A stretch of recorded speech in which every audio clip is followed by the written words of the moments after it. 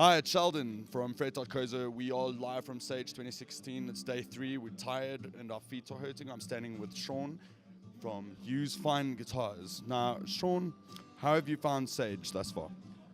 Sheldon, it's been fantastic.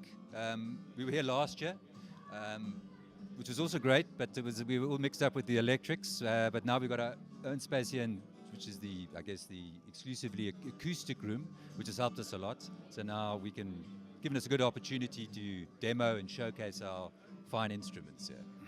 What Sean's talking about is the loud room with all the electric stuff that we were in just now. In our previous interviews, you'll see me screaming at people. Now, Sean, you're known for being an importer of very high quality instruments. Can you go through some of the brands that you import? Sure. We try to focus on sort of, I guess, maybe some lesser known brands, but very high quality luthiers in the US and in Canada, so North America basically. I mean, for example, what we tried to do over the last couple of days here was to showcase Bourgeois guitars. He's a fantastic Dana Bourgeois in Maine in the US. He makes some fantastic guitars. So we have a mix of orchestra models, dreadnoughts, that type of thing. And also Weber guitars, which is from Vancouver. Dave Weber, another fine luthier from that part of the world. And yeah, we've also, we brought a couple of nice, interesting instruments out there. Also OM, we've got this nice figure of 8 slotted peg head, for example, which is quite a unique guitar. And then also, we've also had the agency for Collings for quite some years. And yeah, I think that's a brand that a lot of people might be familiar with, but also fantastic instruments. Yeah.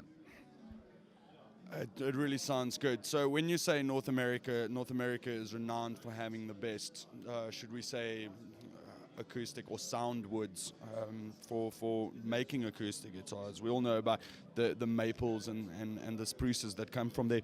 Can you run us through what goes through the mind of the luthier maybe when they are selecting woods to make guitars out of? Yeah, look, I think that obviously they have to select the right type of wood for the right type of instrument for a top, and then also the back and sides. I mean, for example, we have that guitar, for example, is a cedar top with mahogany back and sides, etc., etc. It varies, different types. I mean, I think like the jumbo type guitars, they seem to lean more towards a maple. So that the Collings jumbo that we've got is, I guess it's based a lot on the Gibson SJ. And it seems to be that's the type of, for a larger body guitar, that they would normally use a maple. So, we've also brought a Santa Cruz in as a sort of a honeypot that we wanted to showcase. And that's one of the few Brazilian rosewoods in the country.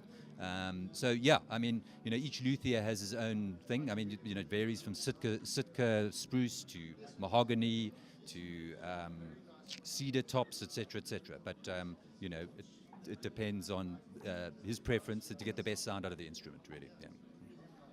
Okay, now this is the pop-up question that we don't prepare anyone for. Now, you're an aficionado when it comes to acoustic guitars. What's your favorite recorded sound? So you mean you're talking about a particular song, or you're talking about the sound of a guitar?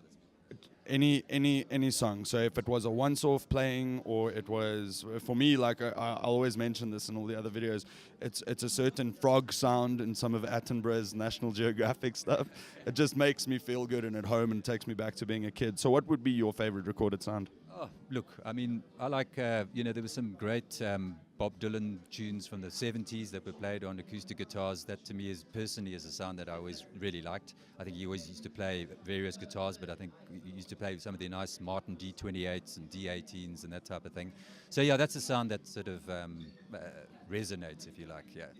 It's almost the sound of a generation, isn't it? So, even though it's a little bit before my time, it's still something that I really enjoyed. But yeah, there's a whole lot of different types. The guitars that we've been selling over here are more, I guess, orientated towards fingerstyle players. I think I might just mention, Hugh's Fine Guitars, it was actually my dad's business. Unfortunately, he passed away about 1.5 years ago. So him and his partner, Mel, and myself have just been trying to keep the legacy going. And, his preferred music type or music style was more the bluegrass, which is the more traditional North American type of thing. We're talking about players like Tony Rice, et cetera, et cetera. So, if you're inclined towards that fingerstyle type guitar playing, these are the these are the best instruments that you can get at the moment, I think, in this country, is those type of guitars. Martin is obviously a fantastic brand. We have a few selected Martins that we keep in stock, special type of some vintage instruments, but a few that we cherry pick from our supplier in the US as well.